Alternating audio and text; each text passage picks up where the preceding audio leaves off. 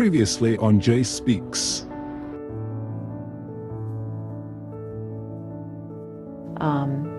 When we think about how do we manage burnout, we do think about the individual, how they're responding, but also how is the environment that they're in responding. People tend to get burned out in work environments where they don't have a lot of control, they have a high amount of responsibility, where they don't feel respected or honored for the work that they're doing, don't feel seen in what they're doing, where they feel like a number.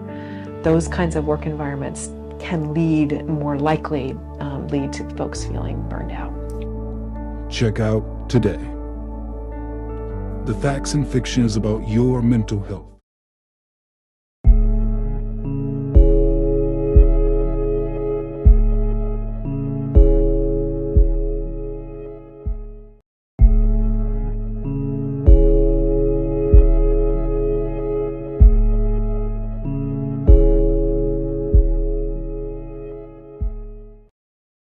Hello everyone, if you're new to my channel, welcome. And if you're subscribed to JSpeaks, thank you so much and welcome back. I am thrilled for today's conversation topic. As you know, it is my mission and it's my passion to bring to you all conversation topics that are positive, motivational, informational, and educational. Today I'm delighted to be sitting here with Dr. Tom Murray, PhD, sex therapist, clinical supervisor, educator, and author of his new book, Making Nice with Naighty. Please sit back and relax, and hopefully after today's episode, you will know if marriage is right for you. It's truly a pleasure to be sitting with you right now, Dr. Murray. Thank you so much for your willingness to talk with me. I'm so delighted to be here. Thank you. Before we get started, do you mind telling me a little bit about yourself and how you became a PhD, sex therapist, clinical supervisor, educator, author? Yeah, for sure. I went to graduate school at the University of Florida, and I graduated in 2005 with a PhD in couple and family therapy, and have been working mostly in the area of education, either as the director of a university counseling center, or in 2017 I opened the private practice here in Greensboro, North Carolina, Path to Wellness, where it's a niche-based practice primarily focused on sex therapy and couples therapy. Nice, nice. So what did anybody motivate you to get into this field, or I don't know, maybe a parent or anybody? Yeah, well, I think I was an RA in college, Yes. and as often as the RA, you have these really great conversations with people. Mm-hmm. And I first thought I was going to be a high school social studies teacher. That was what my undergrad was in addition to psychology. And at some point in my education, I was like, do I want to be a teacher for 30 years, or would I want to be a therapist for 30 years? And so that really led me to go into pursuing a couple and family therapy. But in undergrad, I said to my biology professor, I was talking to him about how I often find myself having conversations with people about their sex lives. And he goes, that's a gift. You really should do something about it. And so the plan was to eventually get my certification as a sex therapist. And I think that was really a motivator, was having that professor in undergrad encouraging me to go into that profession.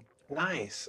Just curious, out of curiosity, do you still keep in contact with the professor? Does he know that you have? No. No, I wish I did. I wouldn't even remember the person's name. That's how pathetic and sad it is. Oh, wow. Well, I'm sure he'll be very happy that you took his advice. Well, thank you. Now, getting into my first question, what do you believe is the top 3 reasons why people do not attend therapy or sex therapy? Well, particularly if we're going to talk about sex therapy, I think one of them is that people are just nervous.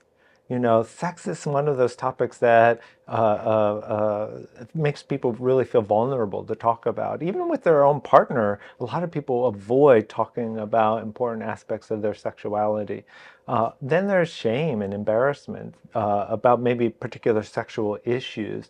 So if someone can't get an erection, or if they have rapid ejaculation or can't have an orgasm at all, they may carry some anxiety or shame or embarrassment about that. So that can certainly impair people's motivation. And also, a lot of people may not have faith and confidence that therapy can help, particularly couples therapy. Couples therapy, ironically, going to see a couples therapy is a risk factor for divorce. So a lot of people don't go, in part because they don't trust that it's going to be helpful, or they think that it's too expensive. But there is some evidence that actually going to a couples therapy is a risk factor for divorce. And the reason why that is because often people wait way too long before they go to see a couples therapist. There's so much water under the bridge, and resentment has built, and so they go to a couples therapist almost to kind of finalize the departure, the separation, rather than going early enough when they notice problems arising, and taking advantage of the help that's available. Interesting. So, do you find that couples therapy is more of a tense environment because people might be nervous or shy or embarrassed, or do you feel like you would have to pry information out of people, or are they forthcoming of the information, or Yeah, my time is expensive. That's what I tell people. So, if they're going to be here, how can I help them get to where they want to go as quickly as possible without requiring any unnecessary sessions? And then my style is rather unique. A lot of therapists are much more of that bobbing head.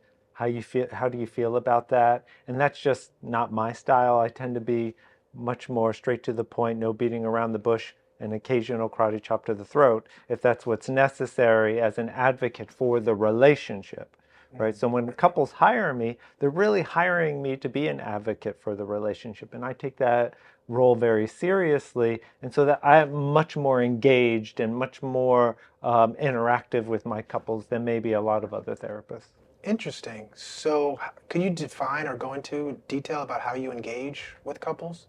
Yeah, if I notice that they are acting in ways that aren't helpful to the relationship, I give them that feedback. And I'll stop them immediately in session, and I'll give them an opportunity to correct how they're communicating to each other, so that they can try on the new behavior, like a coach to an elite athlete, right? So I'm giving my clients feedback so that they can improve on their communication pattern, or discontinue unhelpful relationship communication patterns. So it's really, the goal is to give them the feedback that they need in order to improve their relationship. But a lot of people kind of go relate to each other on autopilot, and or they, for example, stereotypically, a husband may say, "Well, I didn't grow up in a hugging family," right? And I'll ask them, "Well, is that something that you really admire about your family? That you didn't grow up in a hugging family?" And typically, the person says, "No, I don't admire it." Well, then I'll challenge them and be like, "Well, what does the evidence suggest? If you're in this relationship and you're not hugging, and you're not acknowledging that physical interaction is important, then the evidence would suggest that you in fact loved it so much growing up that you want to replicate that in your family of origin." So that, in kind of challenging in that way, I'm much more interactive. And that leads into my next question. Thank you for that foreshadowing. In your practice, in your experience, when it comes to couples, do you find that couples are more likely to accept change, or are they more so stuck in their ways? Like, do you find it difficult to convince somebody that their old habits are not fruitful to the relationship? Or is it more you only have to say it once, and people catch on to it? Sometimes it is only once, and the partner. It's often that there's the other partner who's like, "I've been telling you that for 10 years. Why is it that Dr. Tom says it and you now just get it, when I've been telling you that for 10 years?" That happens more often than might surprise people. And then there's other people that need that corrective feedback over and over. A lot of the problems that couples experience are called perpetual problems. Two-thirds of the problems that couples experience are perpetual problems, meaning that they are going to be the same problems that they fight about throughout the course of their entire relationship. And they're perpetual because they're tied to personality. And personalities are hard to change.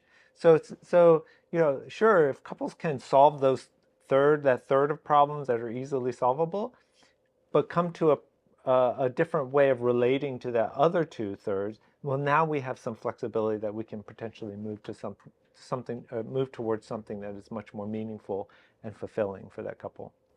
Interesting. So, personalities being hard to unwind. Do you think that that is due to, I guess, trauma? If that makes sense? It may be. I have that's such a hot topic. Yeah. A lot of my colleagues are very trauma. And I worry that it can actually impede people's ability to progress when things are framed as a response to trauma. So, for example, people might call and be like, is Dr. Murray a trauma therapist? And I really resist that label, trauma therapist, because in my mind, I'm like, why would I want to go to a trauma therapist? I want to go to a healing therapist, recovery therapist. Positive words. And so when I talk to people about what they've been through, and I have a whole chapter in the book around trauma, I remind people that the fact that, for example, John, the fact that you're sitting in front of me, right here, right now, is all the evidence I need that you have survived everything that's ever happened to you. And that's not by accident, right? You must have done everything right in order to get here, right now, in this moment, which is the only moment that exists. You must have done everything right. Now, a lot of people think, well, right means to feel good, right? If it's right, it must feel good. But of course, right doesn't do that. So while our past certainly informs how we got to where we are, I don't necessarily find that it always is helpful to link one's current life situation to something traumatic in the past, because the reality is you've survived that experience, and that wasn't by accident. Yeah, so and you use some good words, survived. When somebody says I survived that, it kind of gives the impression that, what you're moving away from was something bad if you survived it. Mm-hmm.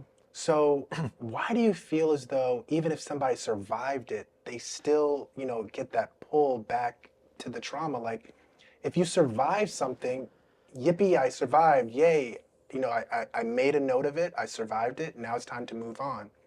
Why survive something but still dibble and dabble in it and then complain about it in the greater relationship? As is typical of answers within the profession, it really depends. So there are a variety of reasons. Certainly, some people find that their identity is very much wrapped up in their trauma narrative or in their trauma history. And so, who would I be without that history is the dilemma that some people may face. So, Dr. Murray, my next question is about red flags. So, red flags it's a very popular term in the relationship setting. Glaring no-nos or non-negotiables when it comes to wanting to be with somebody. Can you share with us some common red flags that people might overlook in someone, for example? Throughout my experience personally, I have come to learn, and I've taught myself, that the little things in the beginning that I ignore end up costing me at the end. Right. And also, red flags when it comes to commitment. With the divorce rate being so high, I believe it's at least above 50% in America.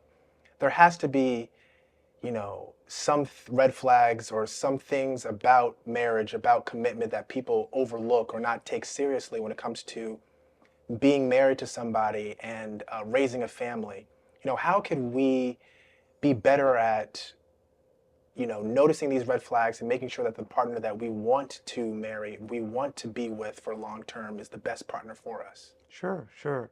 Well, marriage is a real transition from a me state to a we state. And a lot of people have difficulty in that transition, going from me to we. And so those people who struggle with that obviously are going to have the greater amount of problems. I like to think about all marriage is really a multicultural experience. No matter if you come from different countries or if you come from different houses that we're next to each other, all marriage is a multicultural experience in which every marriage is a decision on which set of problems you're willing to live with. There is no problem-free marriage. Every relationship has its own risk factors associated with it. And those couples who are able to have longevity and viability are the ones that are able to actively manage those risk factors. Some of those red flags, they're called the dark triad attributes, right? And so if someone has these characteristics, narcissism, psychopathy, or Machiavellianism, those are the dark triad traits of people who are low in empathy, right? Who are manipulative, who seem to not be able to demonstrate compassion or concern. Those are the qualities that one wants to be on guard. How do they treat other people when no one's looking? If you're dating someone, I encourage people to ask about the other person's history. So what was it like dating these other people in your life, and listening. Not because you're interested in the details really don't matter. It's how the person tells the story. Do they tell the story and villainize that person, or are they able to speak positively of those past relationships and what they've learned about themselves from those relationships? In fact, in my opinion, that's what defines a good relationship, is if you are able to leave it having learned something new about yourself. Right? If you don't learn anything new about yourself, then it was a bad relationship. But if you can learn something new about yourself, it was a great relationship. So the other piece I would add is that a lot of people think, oh, you get married because you love the person. And that's ridiculous. You can love someone without marrying them. Or they think, oh, you get married to be happy. No, there are a lot of unhappily married people. You get married for one reason and one reason only, and that is because marriage helps making living life easier. So couples who are committed and who want a relationship with viability are the ones that are asking themselves and their partner, how can I help to make your life easier? How can I help to make your life easier? How can I help to make your life easier? And there's the flip of that is, how can I avoid making your life harder? How can I avoid making your life harder? So when you leave the clothes on the floor, that's making the person's life harder, right? And so you can, if a person is asking themselves that question, how can I make this person's life easier? How can I avoid making this person's life harder? That goes a long way at protecting the relationship, ensuring that it has viability. Wow, you dropped a lot of gems. One thing I did like about what you just said, you could love somebody without marrying them. That's powerful. I never heard that before, but it has a lot of truth to it. Yeah.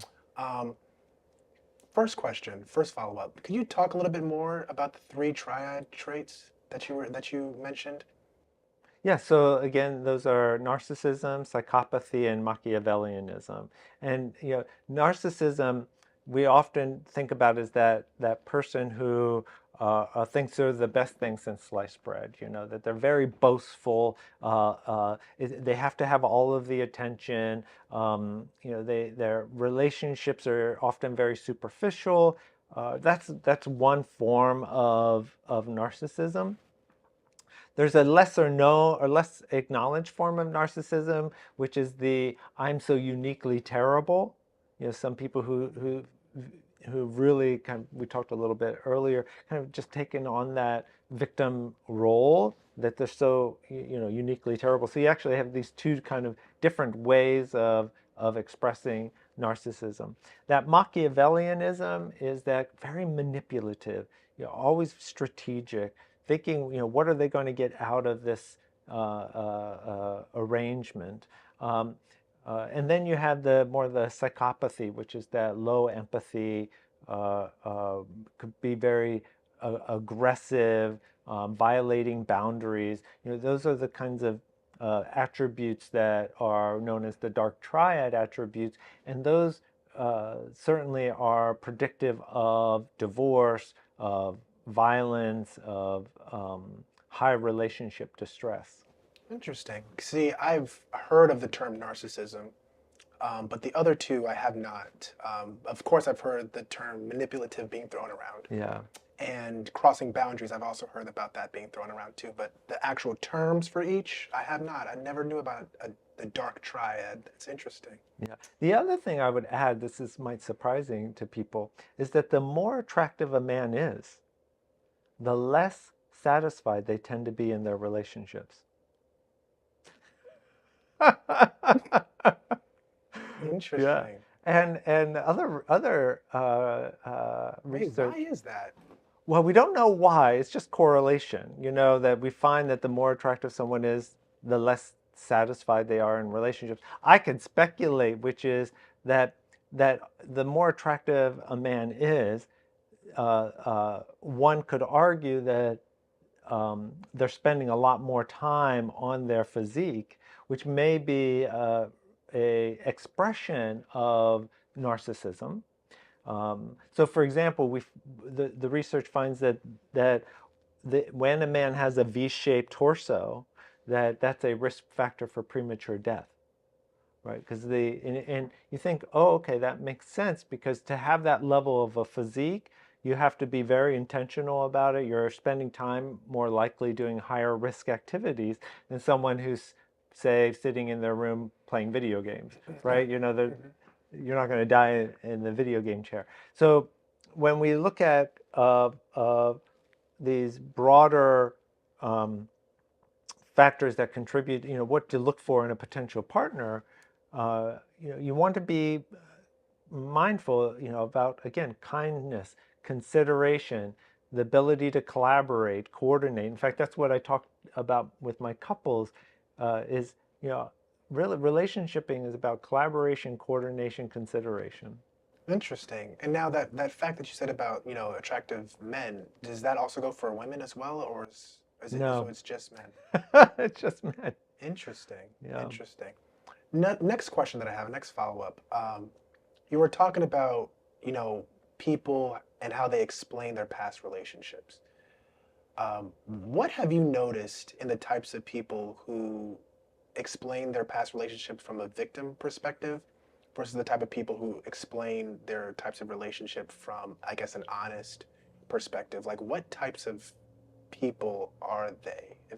Yeah, I think I understand. So if someone is when they talk about their relationships, are really focused on being wronged by the other person. You know, as colloquially known, past behavior predicts future behavior. So if they have this pattern of describing their past romantic relationships in that negative way, that's going to be a good estimate of how they are likely to be in the relationship with you, right? And so being able to, because that's what we're all trying to do, is this person a potential partner? Is there longevity here? Do I want to commit to this person? Do I want to engage in the risk? Well, how do I use the data that's available to me to start making that determination. And one of those things is how that person talks about important people in their life. Do they have a growth mindset? Are they learning about themselves relative to their relationships? How are they using the information and their experiences to better themselves? Now, you mentioned, how somebody speaks about their past is how they're going to show up, I guess, in their current relationship. Can you talk a little bit more about that? Well, it's again, basing it on what we know in psychology is past behaviors most predictive of future behavior. And so how do they describe themselves in these past relationships? How do they describe their partner? Do they take responsibility? Do they acknowledge their contribution to the problems? And have they made steps to be better in relationshiping? Those are the kinds of questions or the kind of information you're trying to gather when you're trying to decide whether someone's a suitable partner. So, if somebody explains their past relationship from a victim perspective, That's are right. they looking, do you believe that in the present relationship that they're in, they're trying to, at least subconsciously, look to be the victim in every single situation? Am I following you in that sense? What I would say it a little differently is that they are less inclined to take responsibility for their contributions to the problems. Interesting. So it's almost as if you are, I guess, dating somebody new and they're already explaining their past in such a manner, Yeah. it's almost like as if like, okay, well, if they're already explaining their past in this manner, if I get into a relationship with this person, they're going to be reluctant to take responsibility in this relationship, or they're more likely to be reluctant to take That's right. responsibility. That's right. Of course, we can't absolutely know, but again, people are trying to make a decision about is this an opportunity for a lifelong commitment, right? Mm-hmm. And that's a big decision. That's a real big decision. So how do you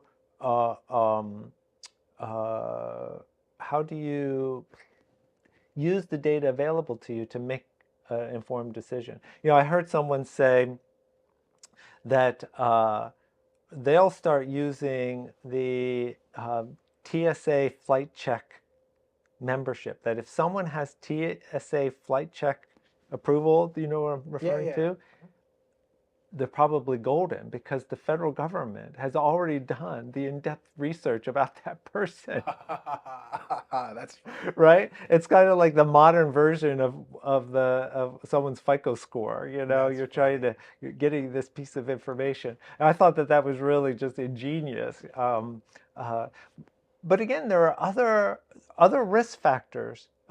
So, for example, we know that people who are from different cultures have a higher risk for divorce.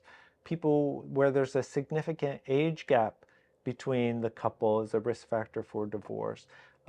If in heterosexual relationships, if the wife's parents are divorced, then that's a risk factor. If the husband's parents are divorced, that is not a risk factor. But if both parents are divorced, that has a synergistic risk factor. So every relationship, all relationships have risk factors. A couple who go into a relationship with longevity are the ones who acknowledge those risk factors and are actively looking to manage those risks, because it's not possible to have a relationship without any risks. I totally agree. And the first thing that you said couples of different cultures? Yes. So they both have to be of different cultures. Well, presumably, if one's not of the same culture, they're different cultures. So, if someone's like from a Latino culture and someone's from like an Asian culture, they may have different ways of perceiving how relationships work, or different ways of expressing. Even if they're the same values, they may express those differently. And what couples tend to do is get couples who show up in my office, I should say, get very rigid around what's familiar to them and want to protect what's familiar to them, and then somehow communicate to their partner that their way isn't as appropriate. Yes, and I can definitely see how friction can come about in that type of situation. You know, partner A representing their culture and their values and how they were raised, and partner B doing the exact same thing, both Yes. being reluctant to change. I can definitely see friction. And I would add, even it can be, sometimes it can be just in difference in class. So if someone grew up in, like I grew up on welfare in central Pennsylvania, right? And that uh, um, culture, there's a culture associated with Appalachia, right? And that culture is very different if than people who grew up in a much more affluent situation. So they can be the same race, but culturally they're different, and there may be conflicts that emerge because of those differences. Absolutely, I can definitely see that. Wow. Now I have one more question with regards like the victim mindset.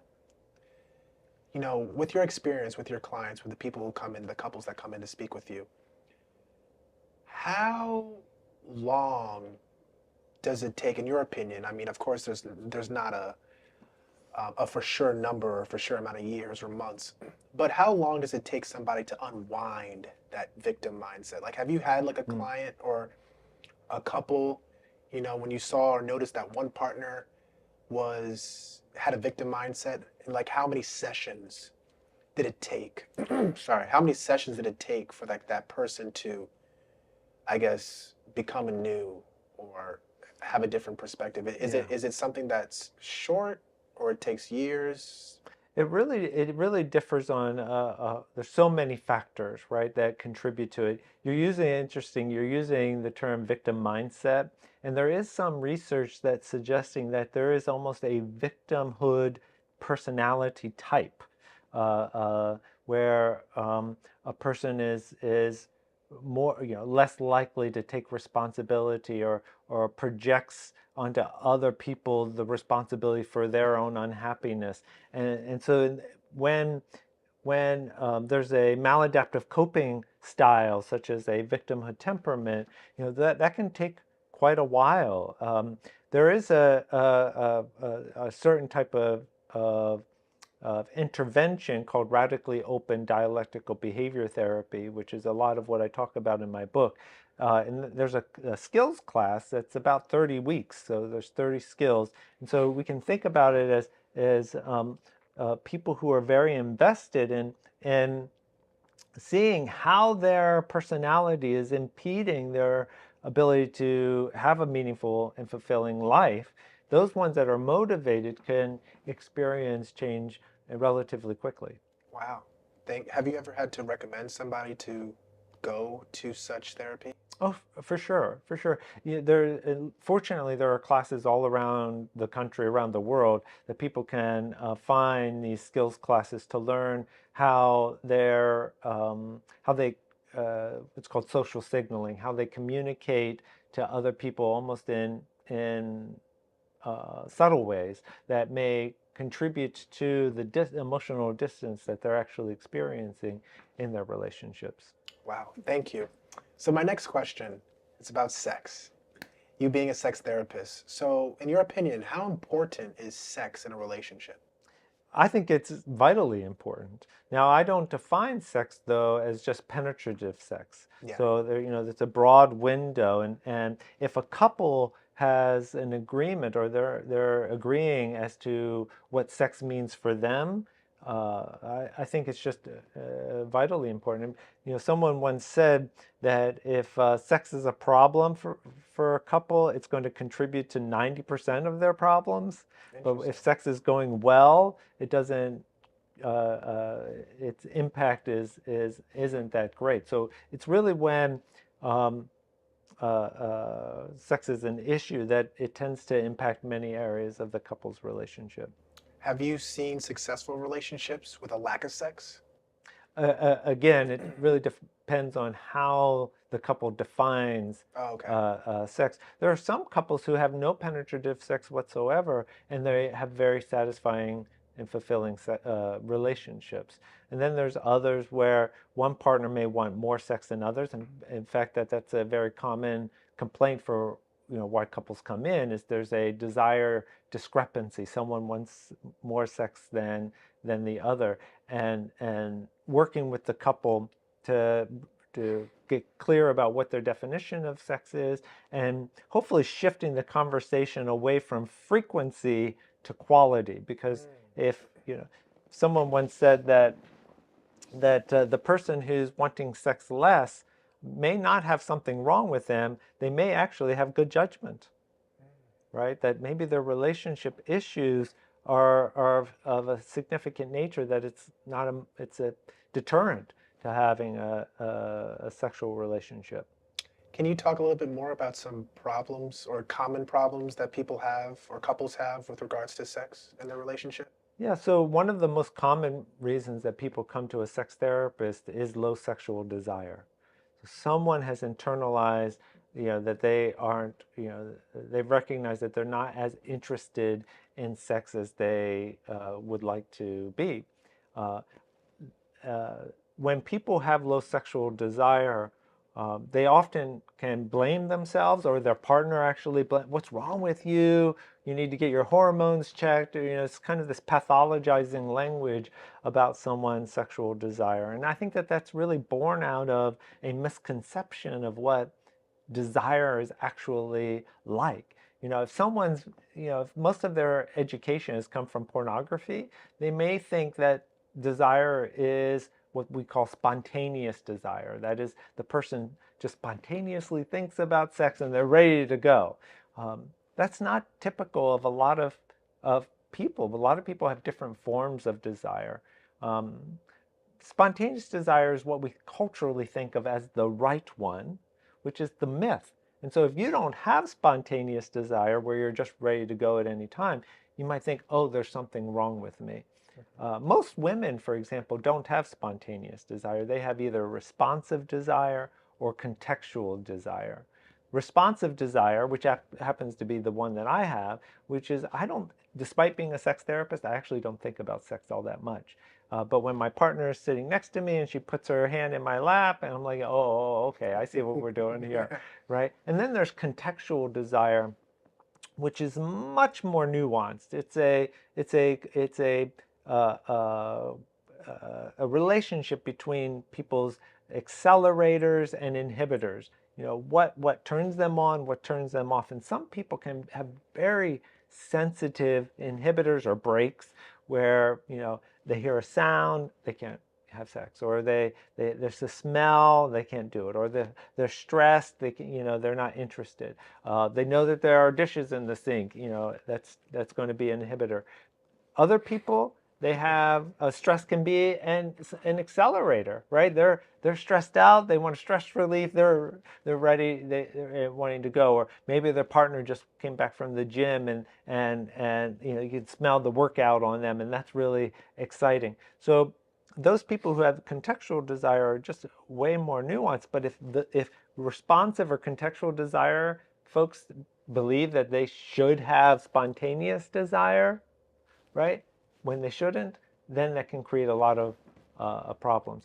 Other common issues are rapid ejaculation, or what used to be called premature ejaculation, erectile, what I call erectile disappointment, in that a lot of people with can get an erection when they're by themselves, but then not have an erection when they're with their partner. Well, the plumbing then works. It's just erectile disappointment. And then or difficulty having an orgasm at all. There's some of the primary reasons. Sexual pain is another reason that people will come in to see a sex therapist. Wow. Okay. I have a lot of questions. Let's start off with the first one. With erectile dissatisfaction? Disappointment. I'm so sorry. Yeah.